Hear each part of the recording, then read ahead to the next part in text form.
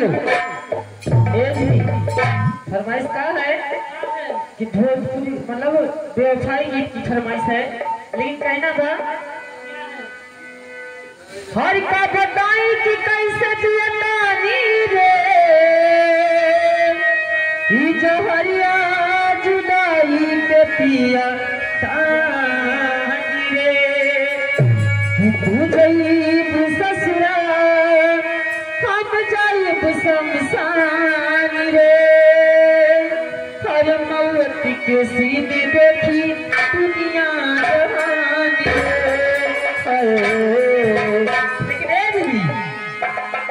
रे के कर वो देखा हमें रजो जी खड़ा है पगड़ी बांधे मलेगा घर में पंसरा लेकिन उनका फरमाइश सही है हरि प्यारी में तोहरा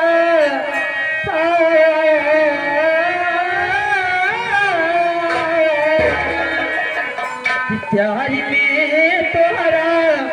हर पिताई बानी घर से प्यारी में तोहरा हर पिताई बानी घर से मिलत नहीं के बाबू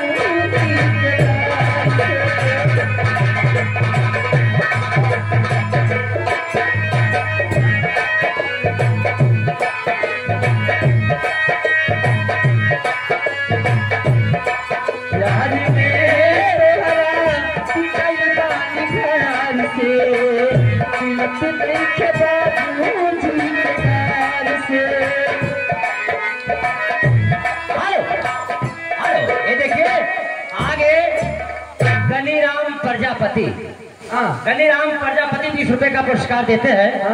पार्टी की तरफ स्वागत है, उनका कहना है कहरवा कहरवा कहरवा राजा कैसे होते हैं। हाँ एक किरौना पानी माँ हमारे बही अरे कहरवा हुए अच्छा अच्छा एक किरौना पानी माँ घड़ी किनारा पड़िया किनारा चिल्लाया जाता है तब कैसे कब देते एक किरौना पानी माँ एक किरौना पानी माँ किरौना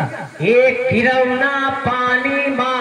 एक किरौना पानी माँ भूत के काटे से गाड़ी अरे जमुना गहरी जल कहीं से भरो जमुना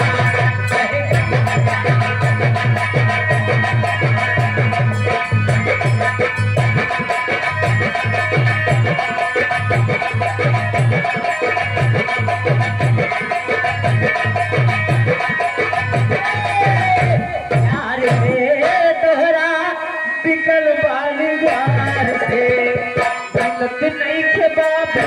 जी से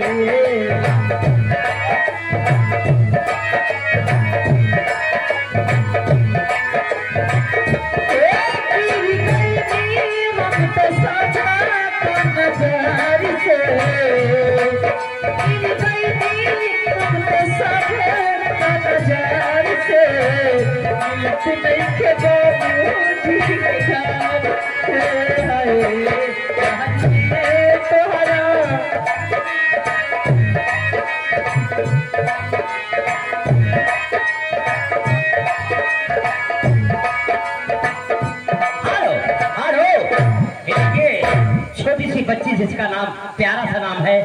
दिशा, उसकी तरफ से 20 रुपए का पुरस्कार हमारी पार्टी की तरफ से उस बच्ची को आशीर्वाद। और आप क्या करें लेकिन कहना है दीदी अरे बड़ा नीक लागे तोहार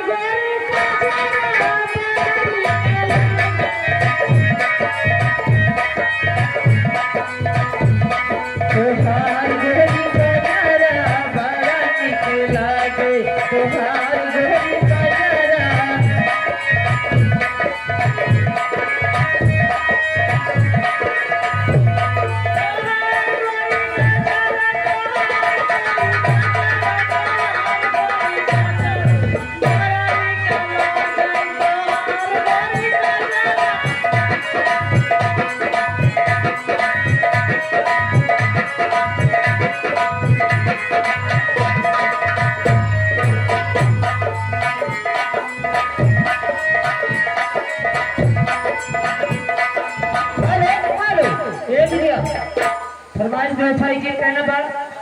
क्या है जहिया से चली गई